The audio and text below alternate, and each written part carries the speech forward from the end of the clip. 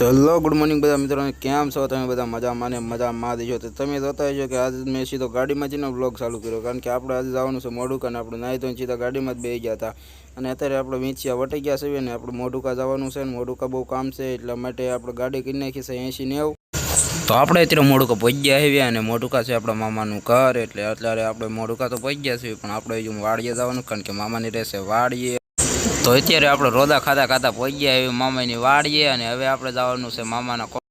અને આપણને તો આવ્યા એ ભેળા બે દીધા શાક સુધા તો હવે આપણે મૂકી દીધું શાક ચડવાનું શાક બનાવવાવાળું કોઈ બીજું નહીં આપણા પપ્પા અને આપણો માસિયા છે અને શાક જોઈને તો બહુ મસ્તીનું લાગે છે તો આ રહ્યું શાક કંઈક આવું શાક છે શાક જોઈને તો મસ્તીનું લાગે અને મેં કીધું લાય જરાક આપણે યોગદાન આપી દઈએ શાકમાં જો સારું લાગે તો બધાને મજા આવે ને બધા ખાવા બેસી ગયા અને આપણું ગળું પૂરું થવા મળ્યું તો મેં કીધું લેને હું માસે બે હાલ્યા જઈએ ગામમાં સોડા પીવાનું હું માસે બે આવી ગયા છું ગામમાં સોડા પીવા માટે તમારે સોડા પીવીએ તો હાલો પાઈ દો એમાં કાંઈ